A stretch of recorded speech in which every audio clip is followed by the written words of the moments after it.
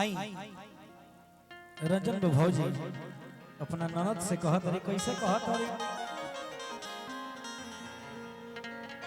कि हमारा बेटा होई त तोहरा के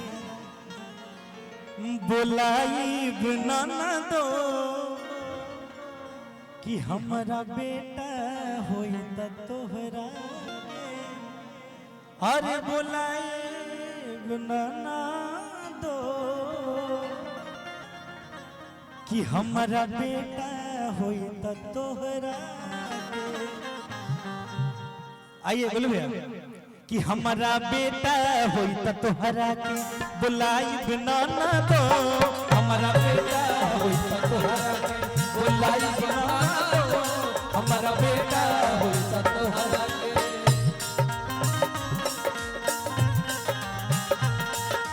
बुलाइब ननदो, हमारा बेटा होई त तोहरा। अरे बुलाइब ननदो, अरे बुलाइब ननदो,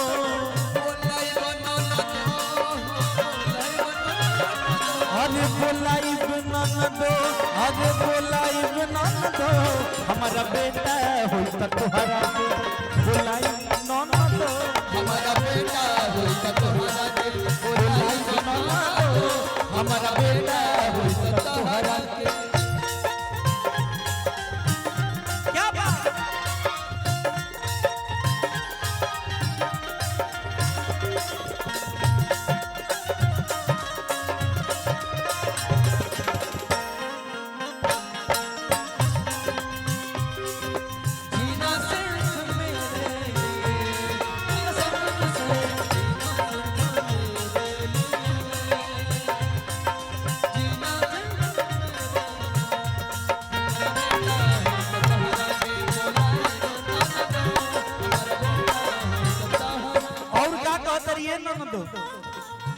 सौरी लिपाई में पायल दे हब हो,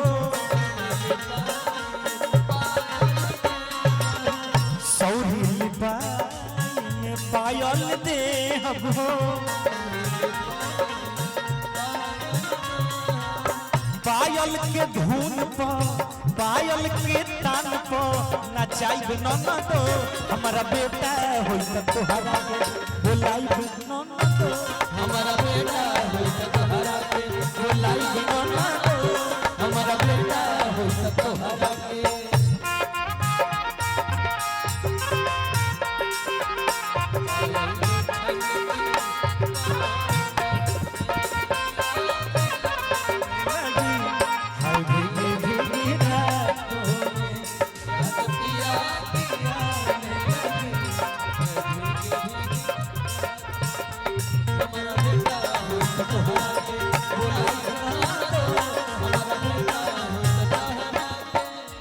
और भौजाई कहतरी सब अपना ननद से कहतरी, ए ननद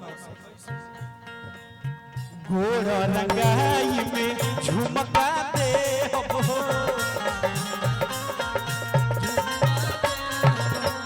गोड़ रंगाई गोड़ रंगाई गोड़ रंगाई में झुमका दे हब हो,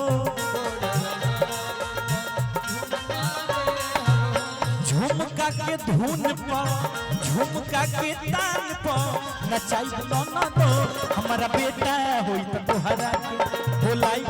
ननदो, हमारा बेटा होई त तोहरा के बोलाइब ननदो,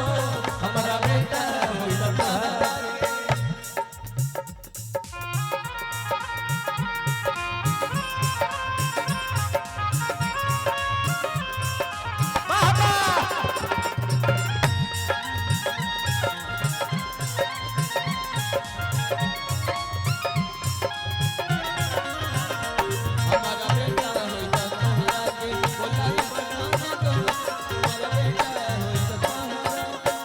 तेल लगाई में नथिया दे हब हो,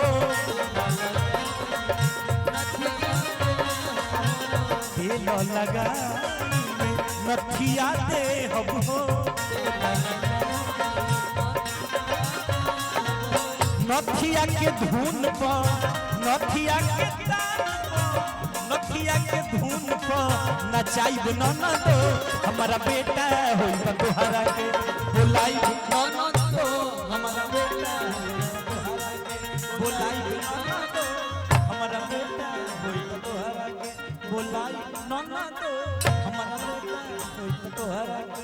बोलाई ननदो हमारा बबुआ होई त तोहरा के बोलाई ननदो हमारा बेटा होई त तोहरा के बोलाई ननदो हमारा बेटा होई त तोहरा के बोलाई ननदो हमारा बेटा होई त तोहरा के बोलाई ननदो हमारा बेटा होई त तोहरा। अगर अच्छा लगा तो ताली बजा दीजिए सब और फरमाइश पे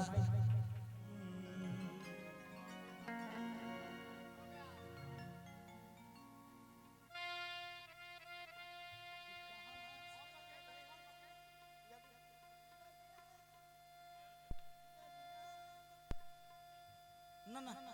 हो वाला